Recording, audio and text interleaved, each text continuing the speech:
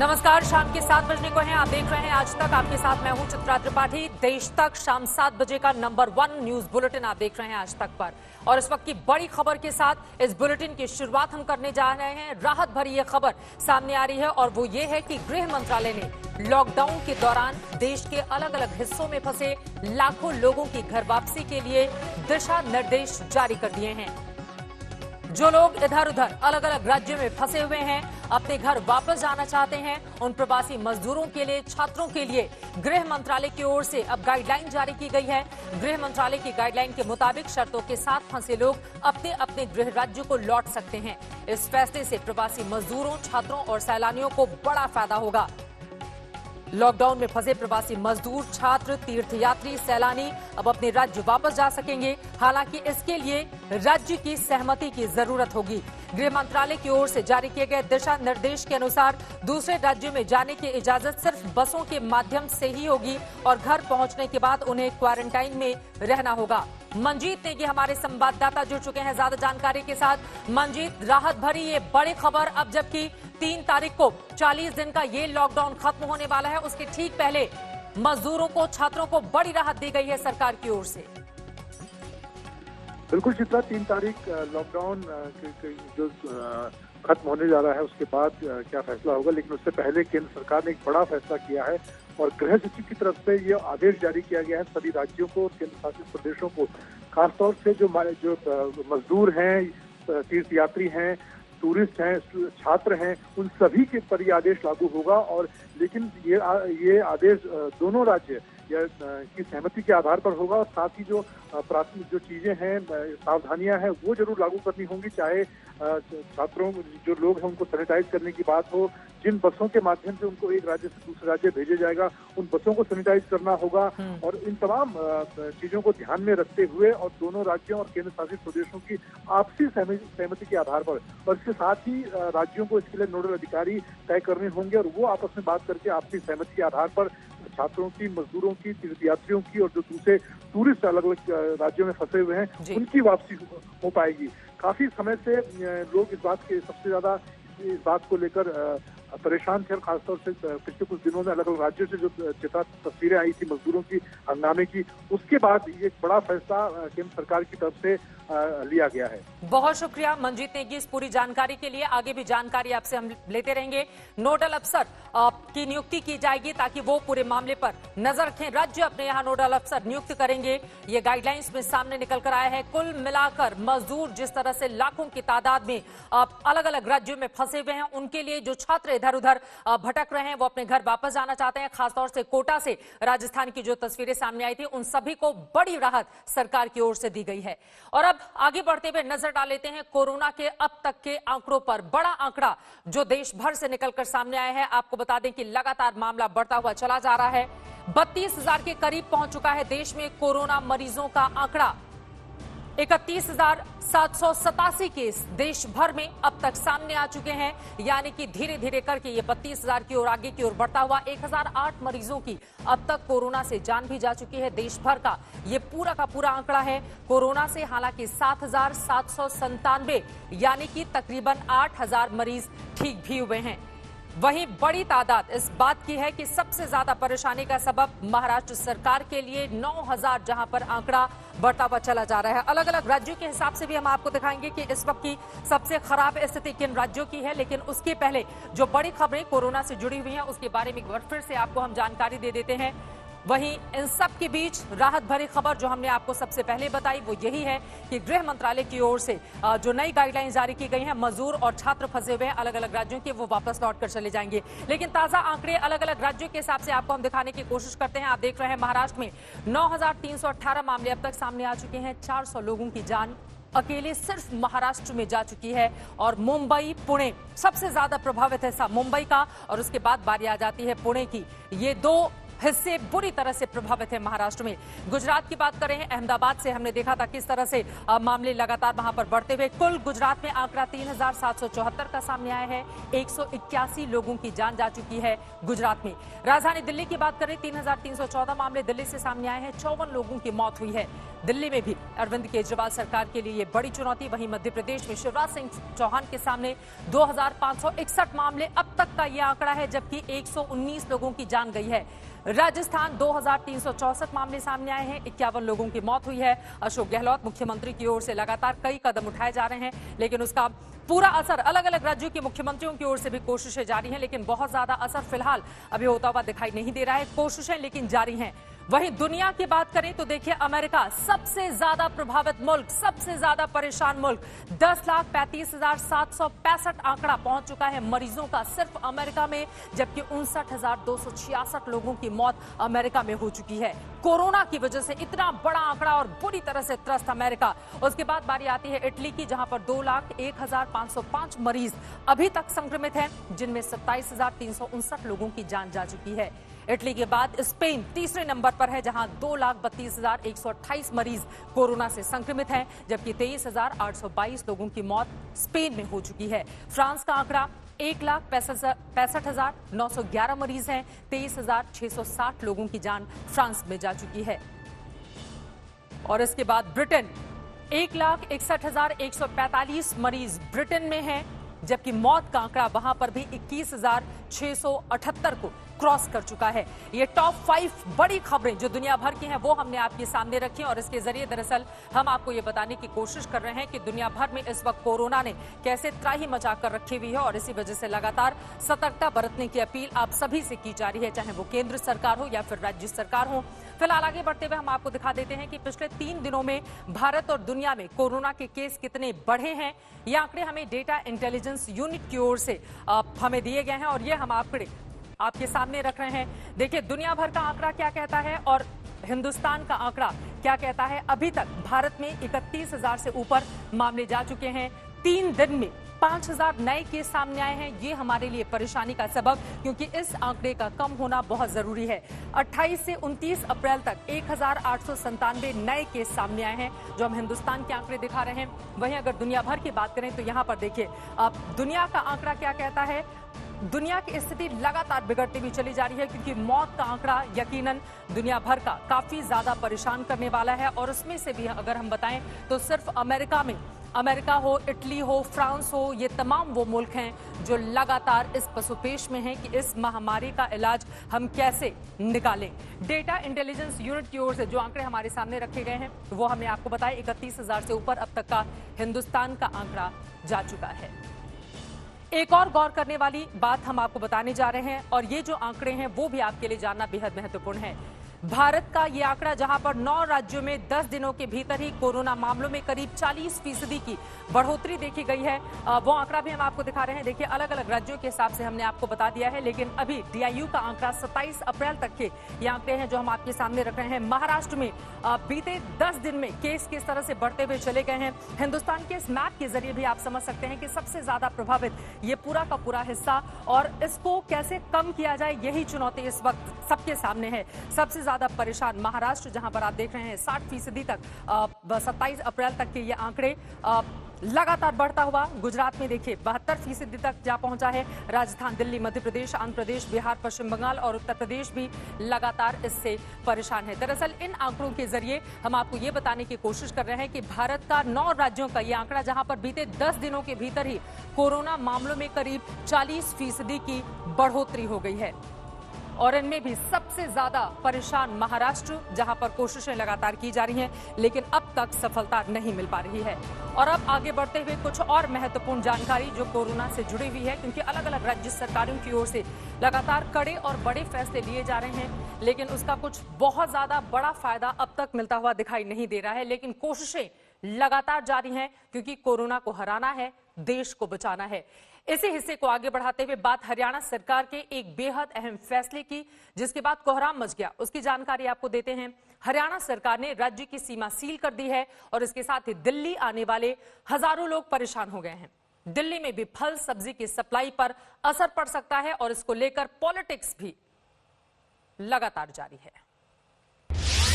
Ghaziabad border lock, Noida border lock, Gurugram border lock, अब Faridabad border भी lock और सोनीपत बॉर्डर भी लॉक। मतलब दिल्ली की सीलबंदी पूरी।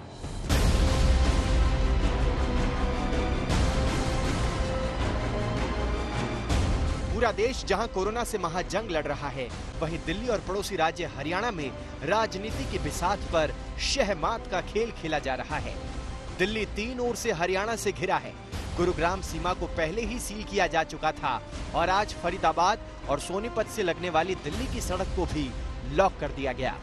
जी हां, हरियाणा के मनोहर लाल सरकार ने तत्काल प्रभाव से दिल्ली वालों के लिए फरीदाबाद में घुसने पर रोक लगा दी।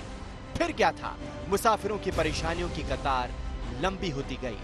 आप देख सकते हैं कि बाकायदा फरीदाबाद पुलिस अनाउंसमेंट भी कर रही है कि 12 बज चुके हैं, अब कोई भी शख्स फरीदाबाद के अंदर अब न जा सकता है और न फरीदाबाद से बाहर आ सकता है। फरीदाबाद में अभी तक 46 कोरोना के मामले सामने आए, जिनमें से 40 सही हो गए और 6 अभी भी अस्पताल में इलाज करा रहे हैं। यहाँ तक कि मीडिया कर्मियों को भी अब फरीदाबाद में घुसने से रोक दिया गया।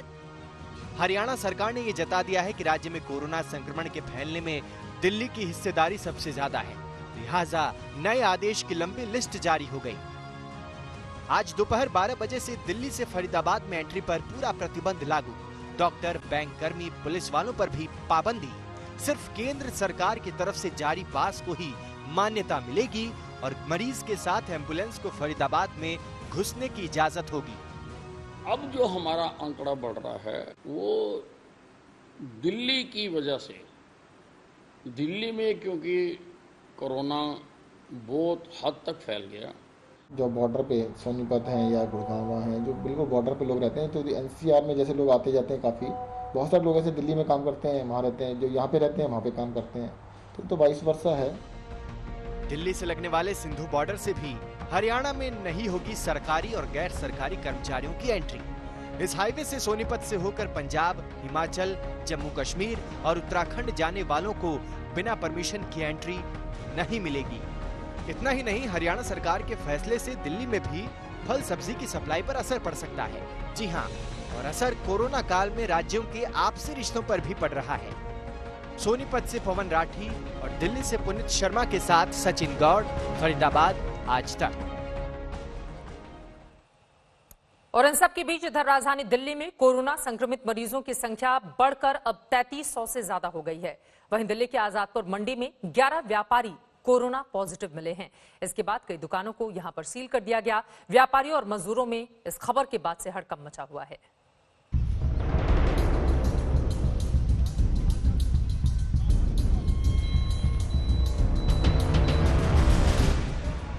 एशिया की सबसे बड़ी मंडी आजादपुर में हड़कंप मचा है।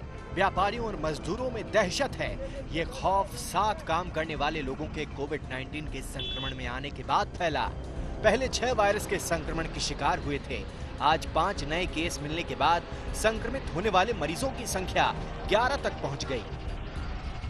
आजादपुर मंडी, जहां से दिल्ली ही नहीं बाकी अलग राज्यों के अंदर भी सब्जी और फलों की सप्लाई होती है, और उसमें जिस तरीके से जो दुकानदार हैं वो संक्रमित हो रहे हैं, उसके बावजूद ही इस मंडी को क्यों नहीं हॉटस्पॉट के अंदर तब्दील किया जाता। कई व्यापारी धंधा पानी छोड़कर मंडी से दूरी बनाए हुए हैं, वहीं कुछ अभी भी कारोबार कर रहे हैं। हालांकि व्यापारियों का सवाल है कि 11 कोरोना पॉजिटिव मिलने के बाद भी आजादपुर को हॉटस्पॉट घोषित क्यों नहीं किया गया। आज मंडी का हालात हॉटस्पॉट पे है और सरकार इसको डिक्लेयर नहीं कर रही, आदिल खान जी इसको डिक्लेयर नहीं कर रहे। वो अपनी जो खामियां उसे छुपाना चाह रहे हैं, सरकार को भी झूठ बोल रहे हैं मीडिया। आजादपुर सब्जी मंडी में रोजाना 3000 ट्रक सब्जी और फल लेकर आते हैं, लेकिन मजदूरों और कारोबारियों के मंडी से दूर बनाने पर बाहर से आए व्यापारियों को मुश्किलों का सामना करना पड़ रहा है। आप पंजाब से आए सर, शिमला मिर्ची बेचने के लिए आए थे। आगे ट्रक हमारा होता 2 घंटे में खाली होता था। आज एक रात एक आधा दिन लग गया पूरा मेरे को। 2 दिनों में खाली हो गया। पहले आते थे एक 2 घंटे में होता था खाली। आजादपुर मंडी को जोर शोर से सैनिटाइज किया गया। सरकार ने यहाँ सख्त नियम लागू किए हैं। सारी कवायद मंडी को खोले रखने की है ताकि दिल्ली में फल और सब्जियों की सप्लाई बिना रोक टोक जारी रह सके। दिल्ली से सुशांत मेहरा के साथ आज तक ब्यूरो।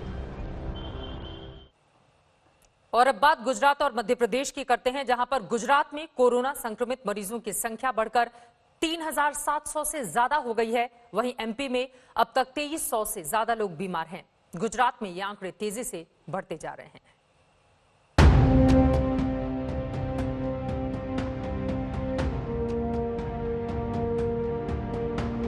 कोरोना की रफ्तार भले ही भारत में धीमी पड़ी है, लेकिन गुजरात में कोविड-19 की तेज चाल जारी है।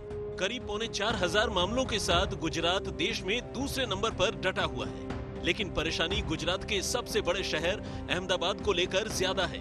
गुजरात में अकेले अहमदाबाद में ही 2,500 से ज्यादा पॉजिटिव केस हो चुके हैं, जबकि शाम 5 बजे तक गुजरात की कुल 181 मौत में से 128 अहमदाबाद में ही हो चुकी है। चिंता यहीं खत्म नहीं होती, क्योंकि शहर के सिविल अस्पताल में जिन कोरोना मरीजों का इलाज हो रहा है, वहां से निकले कचरे को नष्ट करना भी एक बड़ी चुनौती बनती जा रही है। सवाल हर रोज 800 किलो से भी ज्यादा निकलने वाले PPE kit, mask, disposable dish प्लास, इंजेक्शन और कॉटन वाले कचरे का है। बायोमेडिकल वेस्ट की बात करिए तो वोर्डनी अंदर डिपार्टमेंट में, ओपीडी में, इमरजन्सी ट्रायज में ज्યાં જ્યાં बायोमेडिकल वेस्ट जनरेट थाय छे એ તમામે તમામ बायोमेडिकल वेस्ट जे छे એ 3 शिफ्टમાં અહીંયાથી દરેક વોર્ડમાંથી ડિપાર્ટમેન્ટમાંથી લાવવામાં આવે છે। એના માટે અમારી એક ડેડિકેટેડ ટીમ છે। गुजरात से सटे मध्य प्रदेश में भी हालात बहुत अच्छे नहीं हैं। मध्य प्रदेश में कोरोना मरीजों का कुल आंकड़ा 2,350 से ज्यादा हो चुका है, लेकिन राज्य के सबसे बड़े शहर इंदौर में तो कोरोना मानो आउट ऑफ कंट्रोल हो चुका है। पिछले 24 घंटे में इंदौर में 94 नए मामले सामने आ चुके हैं और मरीजों का आंकड़ा 1,466 तक जा पहुंचा है। बुधवार शाम 5 बजे तक एमपी में 120 लोगों की मौत हुई थी, जिसमें इंदौर की हिस्सेदारी 65 है। कल जो सैंपल्स आए थे वो करीब 643 सैंपल्स हमारे द्वारा लगाए गए थे, जिनमें से 94 पॉजिटिव आए हैं और उसमें से 550 की संख्या में निगेटिव आए हैं। कुल मिलाकर अभी तक हम लोग 7,355 सैंपल्स लगा चुके हैं और अभी तक की जो पॉजिटिव आज की तारीख में वो 1,466 संख्या है। इंदौर के साथ एक और दिक्कत ये है कि शहर में स्वस्थ होने वाले मरीजों की तादाद राष्ट्रीय औसत के मुकाबले काफी कम है, जो एक बड़ी चिंता है। इंदौर से धर्मेंद्र और अहमदाबाद से गोपी घांघर के साथ आज तक ब्यूरो। और अब बात कोटा में फंसे बिहार के छात्रों की कर लेते हैं। कोटा में बिहार के फंसे छात्रों को वापस लाने की मांग फिर से तेज हो गई है। अब इस मामले में बीजेपी सांसद रामकृपाल यादव ने भी नीतीश से फैसला बदलने का आग्रह किया है। वहीं जेडीयू ने गेंद केंद्र सरकार के पाले में फेंक दिया है। गृह मंत्रालय की अब तो गाइडलाइंस भी आ चुकी है कि अगर राज्य आपस में सहमत हो तो फिर छात्र, मजदूर या जो लोग भी फंसे हुए हैं वो अपने अपने गृह राज्य वापस जा सकते हैं। देखिए,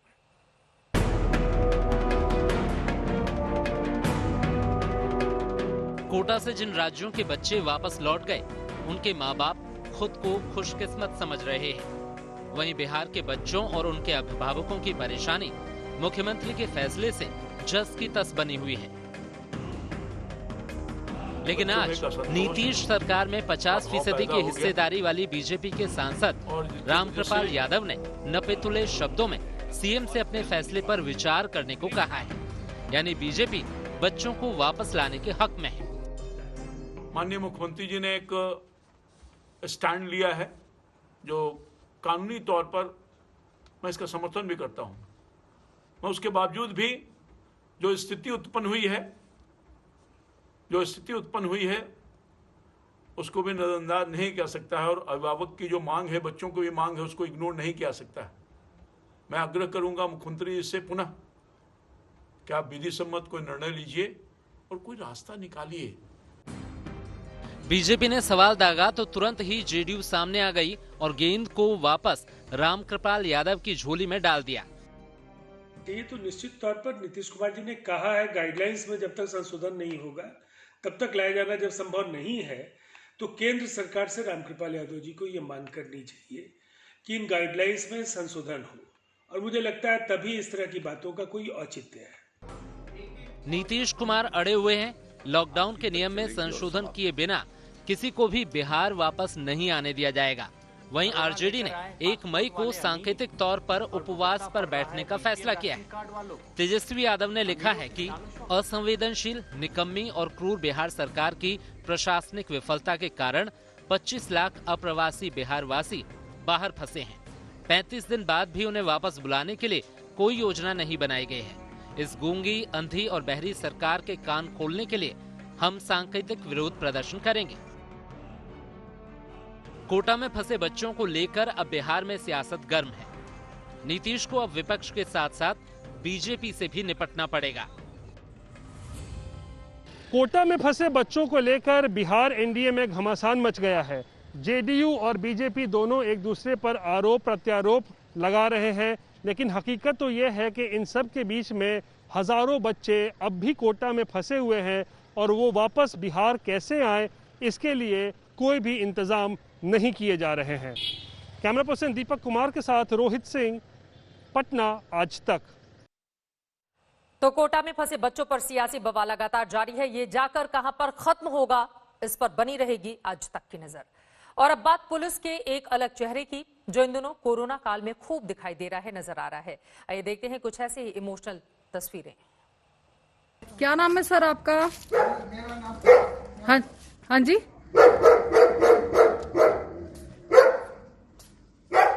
मेरा नाम करणपुरी है। मैं अकेला रहता हूँ, सीनियर सिटीजन हूँ। सुन, लिख लो। Happy birthday to you, happy birthday to you, happy birthday happy birthday to you. लो सर, केक काटिए। अब मैं आपको क्या ऑफर करूँ? सोशल मीडिया पर वायरल हो रहा ये वीडियो पंचकुला का है। नीली टी शर्ट में नजर आ रहे ये शख्स हैं retired colonel Karanpuri. Retired colonel Karanpuri Panchkula में अकेले रहते हैं, लेकिन पंचकुला पुलिस को जन्मदिन की जानकारी मिली तो वो केक सहित सीनियर सिटीजन करणपुरी के दरवाजे पर पहुंच गई। जैसे ही पुलिस की टीम ने हैप्पी बर्थडे गाना शुरू किया, वो भावुक हो गए। भावना के ज्वार में रिटायर्ड कर्नल की आंखें भी भर आई और वो किनारे जाकर रो पड़े।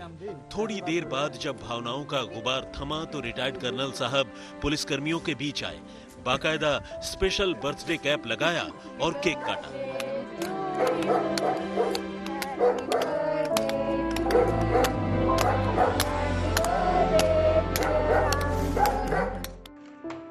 कल हैदराबाद में भी कमिश्नर की अगुवाई में पुलिस के जवानों ने 1 साल की बच्ची मायरा का जन्मदिन मनाया।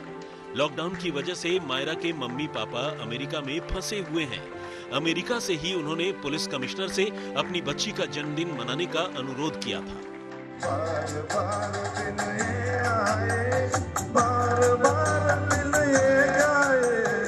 एक दूसरी इमोशनल तस्वीर भी हैदराबाद से ही आई है। 4 अप्रैल को हैदराबाद की कुट्टी पॉल का 60वां जन्मदिन था। उनके बेटे अल्फ्रेड अशर पॉल ने अमेरिका के डेनवर से मलकानगिरी की डीसीपी रक्षिता मूर्ति से मां का जन्मदिन मनाने का अनुरोध किया था। और देखिए, आगे के ये पल सबको भावुक कर गए। डॉक्टरों के साथ सलाम है इन खाकी वालों को भी, जो अपनी ड्यूटी के साथ साथ लोगों की भावनाओं का भी ख्याल रख रहे हैं।